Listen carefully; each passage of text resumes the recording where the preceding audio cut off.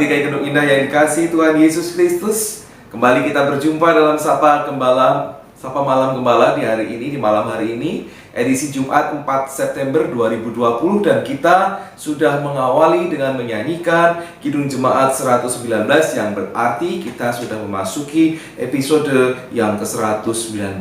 Kita menyanyikan Hai Dunia Gembiralah. Dinyatakan di sini, di hatimu terimalah, kemudian bersama bersyukur. Kenapa di hati?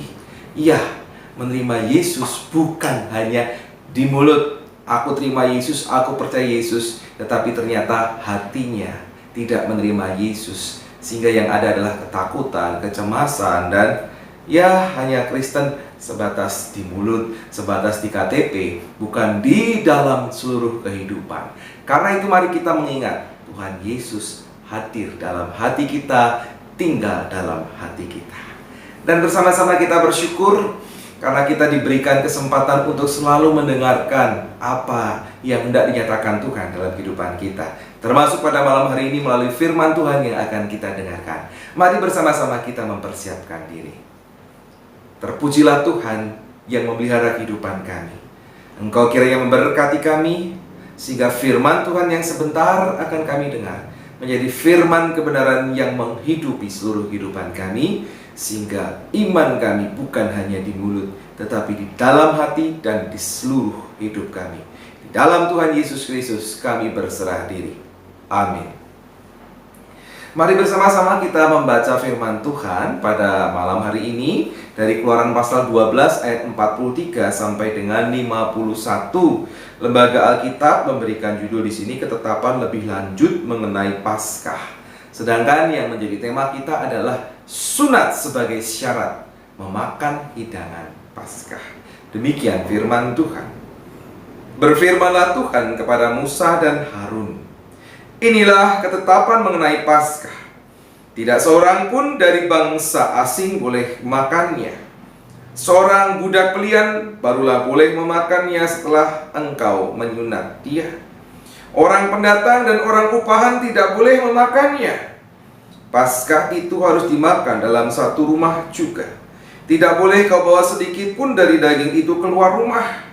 Satu tulang pun tidak boleh kamu patahkan. Segenap jemaat Israel haruslah merayakannya. Tetapi apabila seorang asing telah menetap padamu dan mau merayakan Paskah bagi Tuhan, maka setiap laki-laki yang bersama-sama dengan dia wajiblah disunat.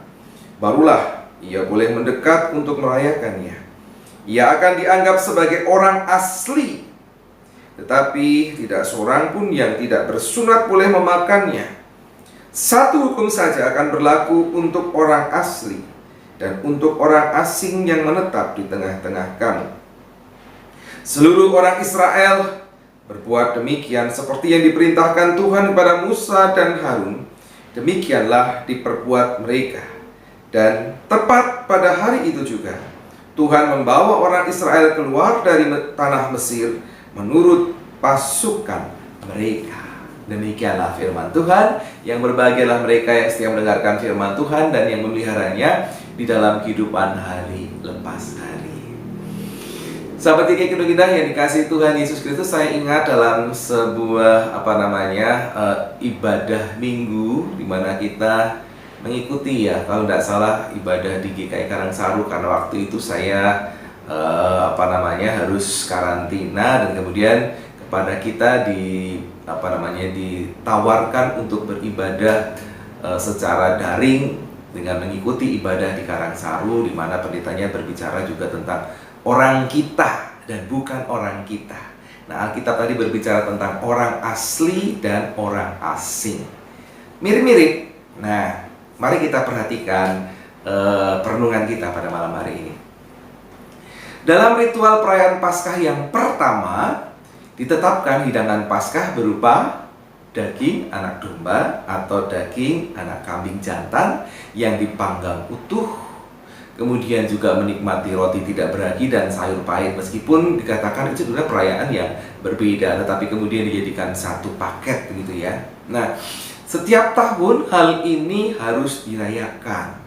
Bahkan selama pengembaraan mereka di padang gurun perjalanan itu, yang bahkan mencapai waktu 40 tahun. Mereka juga merayakan di tahun yang di hari-hari yang sama. Dalam perjalanan itu mereka merayakan ini. Nah, di dalam pengembaraan Alkitab sudah menyebutkan bahwa ada orang-orang asing juga yang ikut keluar dari Mesir. Bahkan ketika nanti pembagian tanah, di sana juga kan ada orang-orang asing yang menetap di situ. Nah, bagaimana pemberlakuan perayaan Paskah di tengah orang-orang asing itu? Apakah mereka boleh mengikuti ataukah tidak? Nah, ini percakapan kita ada di situ menurut Keluaran 12 ayat 43 sampai dengan 51. Nah, kesediaan mengenal Allah Israel itu haruslah menjadi sebuah syarat. Karena bagi mereka yang tidak mengenal Allah Israel, mereka dilarang untuk mengikuti liturgi ini. Mereka harus bersedia mengenal Allah Israel dulu dan harus ditandai dengan apa? Bersedia enggak kalau disunat? Ya. Karena sunat ini merupakan tanda mereka diperkenan oleh Allah menjadi bagian dari umat Allah. Jadi harus disunat. Kalau sudah menjadi bagian bersama dengan umat Allah, mereka baru boleh mengikuti Paskah itu. Nah, ketika orang asing ini telah disunat, maka mereka akan diterima, mereka akan diperlakukan sebagaimana orang Israel itu sendiri. Nah, Alkitab kemudian menyebutnya dianggap sebagai orang asli, ya. Orang Israel itu orang asli, sedangkan orang asing yang disunat akan dianggap sebagai orang asli meskipun sebetulnya mereka orang asing. Nah, di kemudian hari mereka ini kemudian disebut dengan istilah ger sedek, ya, ger sedek atau proselit. Nah, proselitnya apa? Proselit ini adalah orang asing yang menetap bersama. Setiap orang asing yang menetap bersama itu merupakan proselit, tapi ada perbedaannya. Mereka disebut hidup dalam kebenaran. Jadi ger sedek ini adalah proselit yang hidup di dalam kebenaran. Orang asing yang menetap bersama dengan mereka dan hidup di dalam kebenaran. Bukan sekedar ger tosaf. Ger tosaf itu adalah proselit atau orang asing yang tinggal bersama, tapi tanpa melakukan ketaatan penuh kepada perintah-perintah Tuhan, termasuk disunat.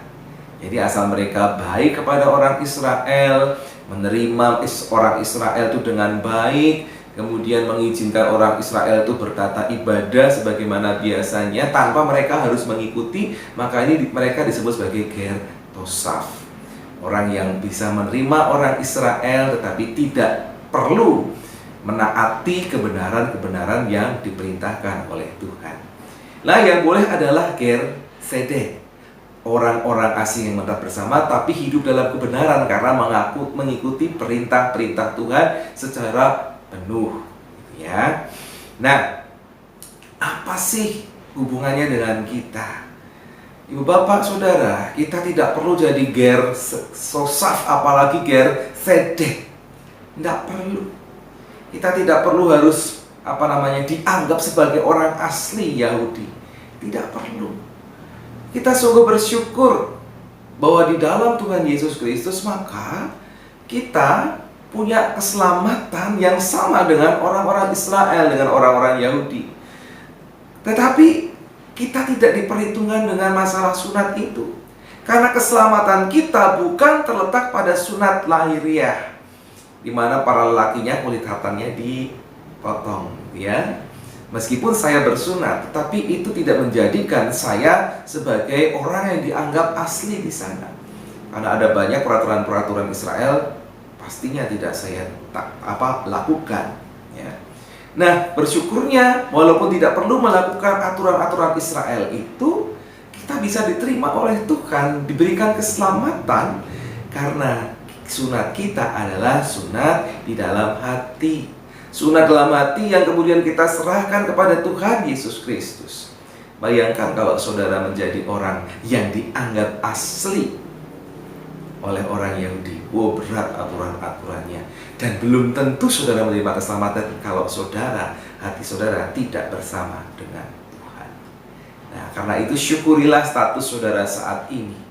Ya, kita boleh memakan hidangan Paskah, Dalam arti sesuatu yang sudah diperbaharui di dalam Tuhan Yesus Kristus menjadi Paskah di dalam Kristus. Kita boleh memakan perjamuan, menikmati perjamuan kudus dengan pemahaman yang baru bersama dengan Tuhan Yesus. Bersyukurlah untuk itu dan nikmatilah kehidupan bersama dengan Tuhan itu. Peliharalah keselamatan yang diberikan oleh Tuhan sebagai anugerah yang terindah, anugerah yang terbaik dalam kehidupan saudara dan saya. Lakukanlah. Amin. Mari kita berdoa.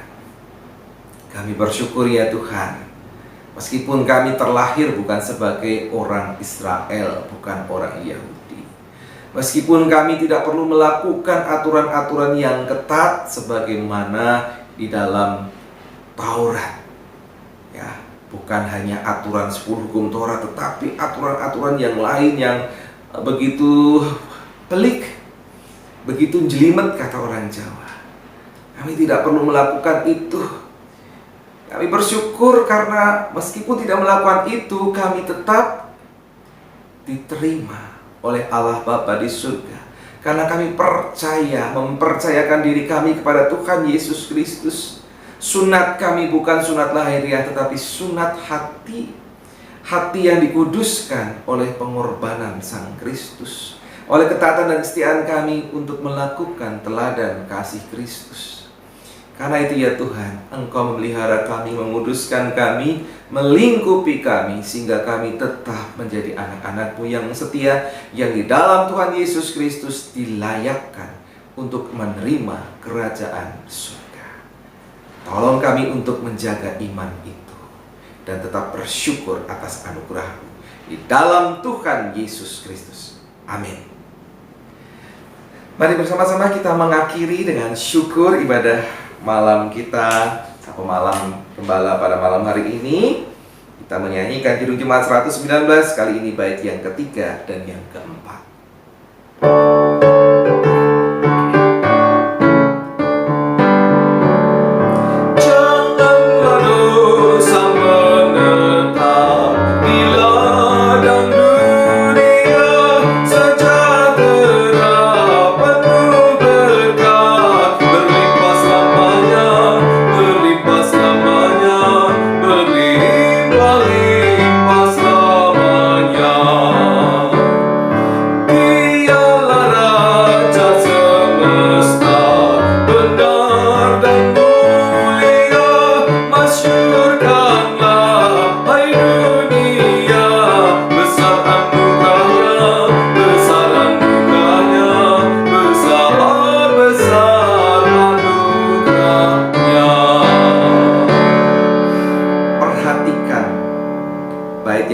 Janganlah dosa menetap di ladang dunia.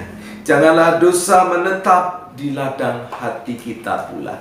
Karena kita yang berdosa ini sesungguhnya sudah dikuduskan oleh Tuhan, sehingga sebaiknya kita menyerahkan diri pada Tuhan dan menjauhkan diri dari dosa. Untuk itulah seharusnya kita hidup di dalam keselamatan dari Tuhan. Terimalah dan lakukanlah. Sampai bertemu esok hari. Tuhan Yesus memberkati saudara-saudara. Amin.